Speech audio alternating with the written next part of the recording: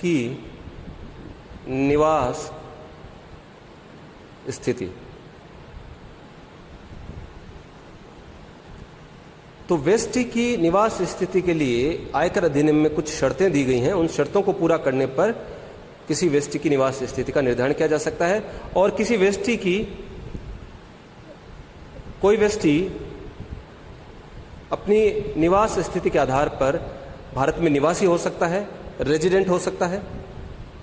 दूसरा, कोई व्यक्ति असाधारण निवासी, नॉट ऑर्डिनरीली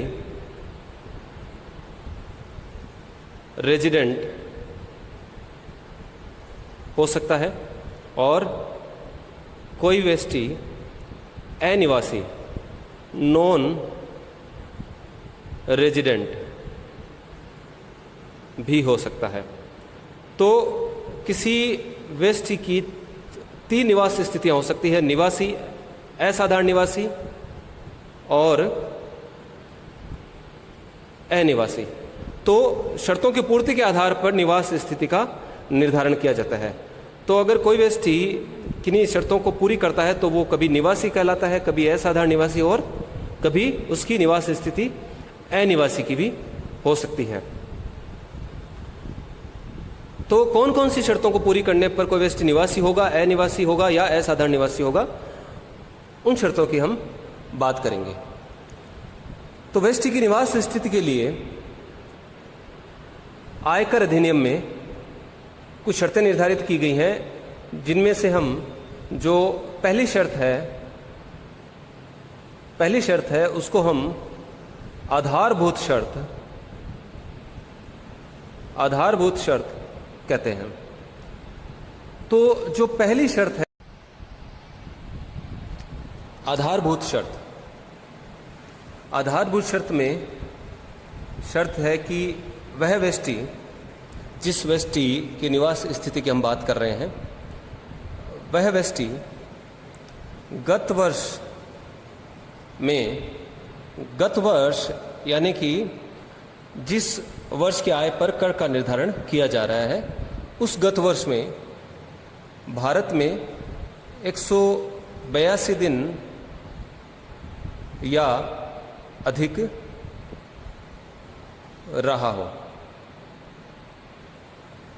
तो वह व्यक्ति गत वर्ष में भारत में 182 दिन या अधिक रहा हो। अभी जो वर्तमान में जो वर्ष चल रहा है वह हमारा कर निर्धारण वर्ष 2021-22 है, और इससे पिछला वर्ष 2020-21। अभी कर निर्धारण वर्ष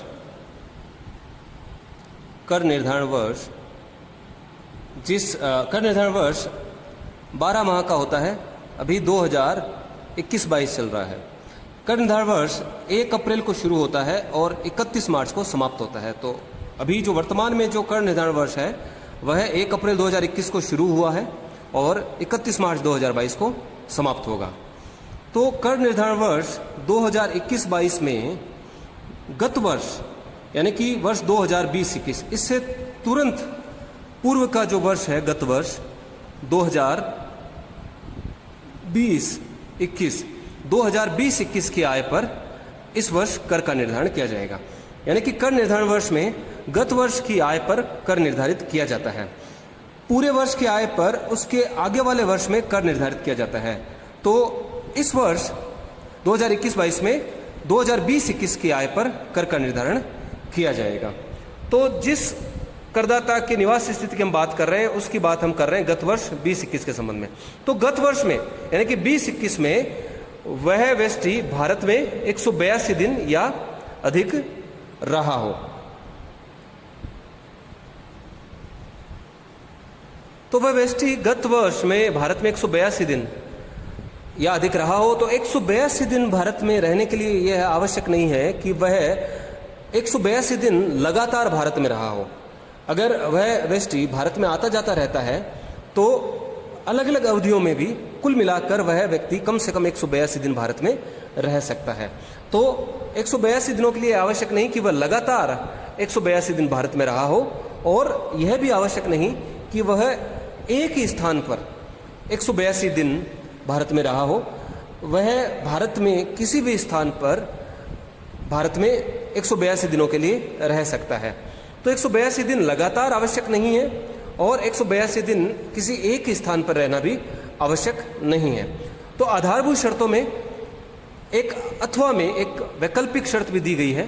तो पहले आधारभूत शर्त तो 182 दिनों की है, और इसके अलावा जो वैकल्पिक शर्त है कि या तो 182 दिन वाली शर्त को पूरा कर दिया जाए कि गत वर्ष में भारत में कम से कम 182 दिन रहे, या गत वर्ष वह व्यक्ति गत वर्ष से पूर्व के 4 वर्षों में, गत वर्ष यानी कि 2020-21 से पूर्व के 4 वर्षों में 365 दिन या अधिक भारत में रहा हो, तथा गत वर्ष में 60 दिन या अधिक भारत में रहा हो। तो आधारभूत शर्तों में दोनों में से किसी एक शर्त को पूरा करने पर आधारभूत शर्त की पूर्ति मान ली जाएगी। तो या तो आधारभूत शर्तों के लिए 4 वर्षों में 365 दिन, वो गत वर्ष से पूर्व के 4 वर्षों में 365 दिन या अधिक भारत में रहा हो, 4 वर्षों में 365 दिन या अधिक, तथा गत वर्ष में 60 दिन या अधिक भारत में रहा हो। तो या तो वह यह शर्त पूरी कर दे, या फिर जो पहली शर्त है भारत में गत वर्ष में 182 दिन या अधिक रहा हो। इन दोनों में से अगर किसी भी एक शर्त की पूर्ति कर दी जाती है तो ऐसा मान लिया जाता है कि करदाता ने आधारभूत शर्त की पूर्ति कर दी है। तो इन दोनों में से किसी एक शर्त की पूरी करने पर आधारभूत शर्त पूरी की हुई मान ली जाएगी।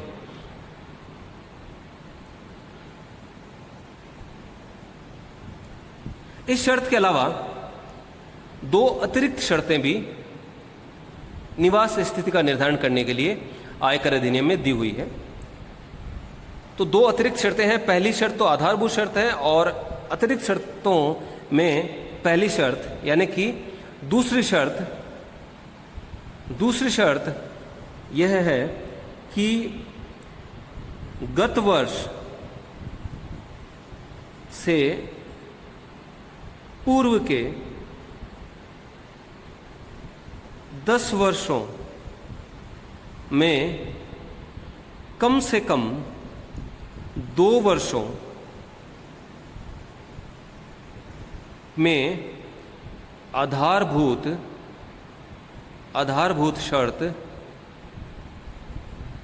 आधारभूत शर्त पूरी करता हो। तो गत वर्ष से पूर्व के 10 वर्षों में कम से कम 2 वर्षों में आधारभूत शर्त को पूरा करता हो। तो आधारभूत शर्त के अलावा अतिरिक्त शर्त यह है कि वह गत वर्ष से पूर्व के 10 वर्षों में कम से कम 2 वर्षों में आधारभूत शर्त पूरी करता हो। गत वर्ष 2020-21 से पूर्व के जो 10 वर्ष हैं उनमें किन्हीं 2 वर्षों में इन दोनों आधारभूत शर्तों में से किसी भी एक शर्त को वह पूरी करता हो तो एक पहली अतिरिक्त शर्त पूरी की हुई मान ली जाएगी। और दूसरी अतिरिक्त शर्त यानी कि तीसरी शर्त है कि गत वर्ष से पूर्व के 7 वर्षों में 730 दिन या अधिक भारत में रहा हो। तीसरी शर्त यानी कि दूसरी अतिरिक्त शर्त यह है कि गत वर्ष से पूर्व के, गत वर्ष 2020-21 है अभी इस कर निर्धारण वर्ष के लिए, तो गत वर्ष 2020-21 से पूर्व के 7 वर्षों में कुल मिलाकर 730 दिन या अधिक भारत में रहा हो। तो इस प्रकार से आयकर अधिनियम में निवास स्थिति के निर्धारण के लिए 3 शर्तें दी गई हैं, जिनमें से पहली शर्त आधारभूत शर्त कहलाती है और जो बाकी 2 शर्तें हैं वो अतिरिक्त शर्तें कहलाती हैं।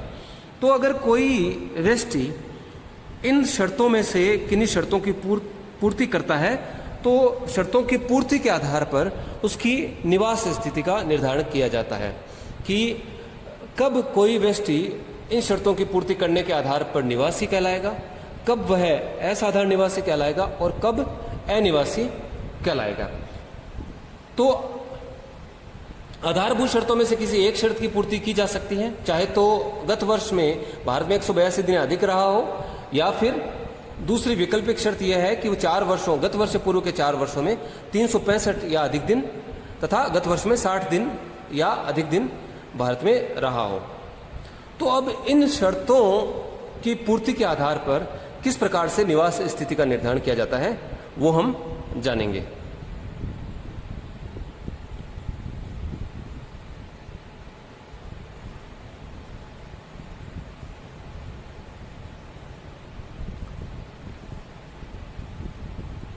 तो कोई करदाता कब निवासी होगा, कब असाधारण निवासी होगा और कब अनिवासी होगा। तो यदि कोई व्यक्ति आधारभूत शर्त एवं दोनों अतिरिक्त शर्तें पूरी करता है तो वह व्यक्ति निवासी यानी कि रेजिडेंट कहलाता है। तो इन शर्तों में से अगर सभी शर्तें, यानी कि यदि कोई व्यक्ति आधारभूत शर्तों में, दोनों शर्तों में से कोई एक शर्त और अतिरिक्त दोनों शर्तें, इन सभी शर्तों की पूर्ति करता है तो वह व्यक्ति निवासी कहलाता है। निवासी होने के लिए आवश्यक नहीं कि वह भारत का नागरिक हो, भारत का निवासी हो। अगर सभी शर्तों की पूर्ति कर देता है तो चाहे वो व्यक्ति बाहर का रहने वाला हो, कोई विदेशी हो, लेकिन इन शर्तों की पूर्ति करने पर आयकर की दृष्टि से वह व्यक्ति भारत में निवासी कहलाएगा। तो इन दोनों शर्तों में से कोई एक शर्त, आधारभूत शर्तों में से कोई एक शर्त और दोनों अतिरिक्त शर्तें अगर पूरी करता है तो वह व्यक्ति निवासी कहलाता है। दूसरा, यदि कोई व्यक्ति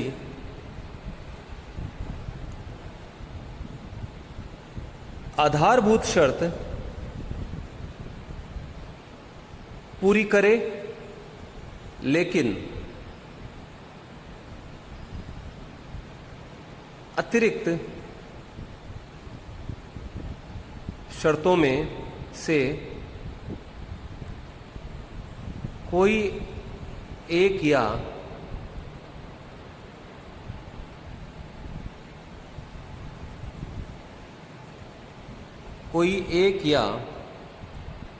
दोनों शर्त पूरी ना करे तो वह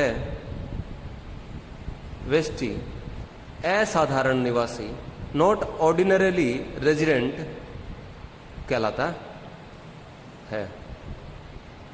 तो यदि कोई व्यक्ति केवल आधारभूत शर्त पूरी करता है और दोनों अतिरिक्त शर्तों में से कोई सी भी शर्त पूरी नहीं करता, कोई व्यक्ति केवल आधारभूत शर्त यानी कि जो आधारभूत शर्तों में से जो वैकल्पिक शर्तों में से कोई सी भी एक शर्त केवल आधारभूत शर्तें पूरी करता है लेकिन अतिरिक्त शर्तें पूरी नहीं कर पाता, अतिरिक्त शर्तों में से कोई एक शर्त पूरी करता है या दोनों ही शर्तें पूरी नहीं कर पाता, तो ऐसा व्यक्ति असाधारण निवासी कहलाता है।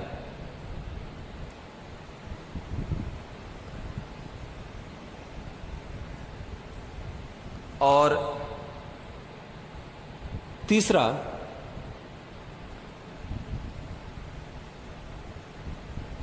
यदि कोई व्यक्ति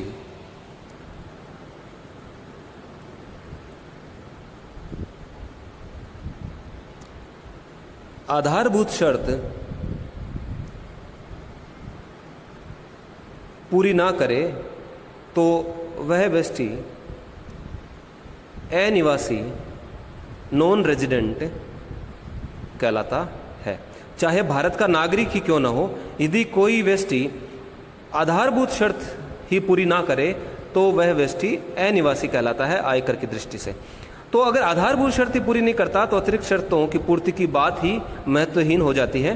तो इन दोनों वैकल्पिक आधारभूत शर्तों में से कोई सी भी आधारभूत शर्त अगर पूरी नहीं कर पाता तो वह अनिवासी कहलाता है। तो शर्तों की पूर्ति के आधार पर कोई व्यक्ति निवासी, असाधारण निवासी या अनिवासी कहलाता है। तो अगर सभी आधारभूत शर्तें पूरी कर देता है, आधारभूत शर्तें और अतिरिक्त शर्तें पूरी करता है, यानी सभी शर्तें पूरी करता है तो निवासी, केवल आधारभूत शर्त पूरी करता है तो असाधारण निवासी, और अगर आधारभूत शर्त पूरी नहीं कर पाता तो वह व्यक्ति अनिवासी कहलाता है। और फिर इनकी निवास स्थिति के आधार पर कर का निर्धारण किया जाता है। इनकी निवास स्थिति के लिए यह आवश्यक नहीं कि वह व्यक्ति भारत में नागरिक हो। तो इन दोनों आधारभूत शर्तों किसी भी एक शर्त को पूरा किया जा सकता है।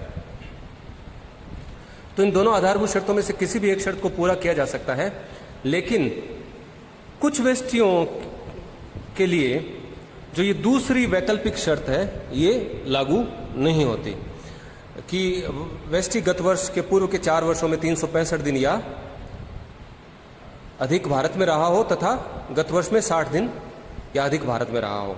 कुछ व्यक्तियों के लिए केवल जो पहली शर्त है 182 दिन वाली कि गत वर्ष में भारत में 182 दिन अधिक रहा हो, केवल वही लागू होगी। उनको जो वैकल्पिक आधारभूत शर्त है उसका उनके पास में ऑप्शन नहीं होता। इन दोनों में से जो 182 दिन वाली शर्त है केवल उसी की पूर्ति करने पर ही आधारभूत शर्त की पूर्ति की हुई मानी जाएगी। तो ऐसे कौन से व्यक्ति हैं जिनको केवल एक ही जो 182 दिन वाली आधारभूत शर्त है उनकी पूर्ति करने पर ही जो है आधारभूत शर्त की पूर्ति की हुई मानी जाएगी।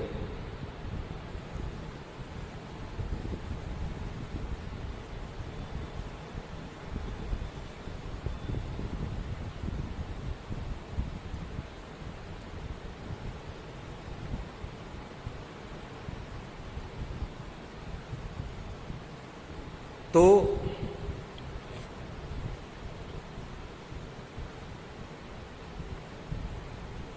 ऐसा व्यक्ति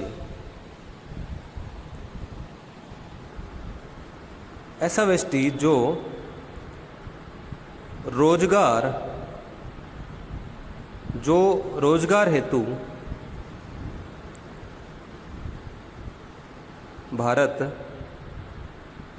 हेतु गत वर्ष में भारत छोड़कर जाता है या भारतीय समुद्री जहाज के चालक दल के सदस्य के रूप में भारत छोड़कर जाता है। तो ऐसा व्यक्ति जो गत वर्ष में रोजगार हेतु भारत छोड़कर जाता है या भारतीय समुद्र जहाज के चालक दल के सदस्य के रूप में भारत छोड़कर जाता है, तो ऐसे व्यक्ति के लिए केवल एक ही आधारभूत शर्त लागू होती है। वह यह है कि ऐसा व्यक्ति गत वर्ष में भारत में 182 दिन या अधिक रहा हो। जो दूसरी वैकल्पिक शर्त है गत वर्ष से पूर्व के 4 वर्षों में 365 या अधिक तथा गत वर्ष के पूर्व के 4 वर्षों में 365 या अधिक दिन तथा गत वर्ष में 60 दिन या अधिक भारत में रहा हो, यह शर्त ऐसे व्यक्तियों पर लागू नहीं होती। अगर कोई व्यक्ति रोजगार हेतु गत वर्ष में भारत छोड़कर जाता है या भारतीय समुद्री जहाज के चालक दल के सदस्य के रूप में भारत छोड़कर जाता है, तो केवल जो 182 दिन वाली शर्त है उसी शर्त को पूरा करने पर ही ऐसा व्यक्ति आधारभूत शर्त पूरी किया हुआ माना जाएगा। यह दूसरी जो वैकल्पिक शर्त है आधारभूत शर्त की, वह ऐसे व्यक्ति के लिए नहीं लागू होती। दूसरे व्यक्ति है ऐसा व्यक्ति जो भारतीय मूल का हो और गत वर्ष में भारत आता हो। तो ऐसा व्यक्ति जो भारतीय मूल का हो, भारतीय मूल से तात्पर्य है कि उस व्यक्ति के माता पिता, दादा दादी या नाना नानी में से कोई भारत में पैदा हुआ हो। तो ऐसा व्यक्ति जो भारतीय मूल का हो और गत वर्ष में भारत आता हो, तो उसके लिए भी आधारभूत शर्तों में से जो दूसरी वैकल्पिक शर्त है, गत वर्ष से पूर्व के 4 वर्षों में 365 दिन या अधिक तथा गत वर्ष में 60 दिन या अधिक भारत में रहा हो, वह लागू नहीं होती। यह शर्त इन पे लागू नहीं होती। ऐसे व्यक्ति अगर भारत में 182 दिन या अधिक गत वर्ष में रहता है, तभी उसके द्वारा आधारभूत शर्त की पूर्ति की हुई मानी जाएगी। दूसरी आधारभूत शर्तों में से दूसरी वैकल्पिक शर्त ऐसे व्यक्ति पर लागू नहीं होती। तो ऐसा व्यक्ति जो रोजगार हेतु गत वर्ष में भारत छोड़कर जाता है या भारतीय समुद्री जहाज के चालक दल के सदस्य के रूप में भारत छोड़कर जाता है, या फिर ऐसा व्यक्ति जो भारतीय मूल का है और गत वर्ष में भारत आता हो, इस प्रकार के व्यक्तियों के लिए केवल गत वर्ष में भारत में 182 दिन या अधिक रहा हो, यही आधारभूत शर्त लागू होती है। आधारभूत शर्त में से जो दूसरी वैकल्पिक शर्त है, ये इन पर लागू नहीं होती। क्योंकि जो भारतीय मूल का व्यक्ति होगा वो भारत में नॉर्मली आता जाता रहेगा, इसलिए इसको केवल जो 182 दिन वाली शर्त है वही शर्त उसको पूरी करनी होगी आधारभूत शर्त की पूर्ति के लिए।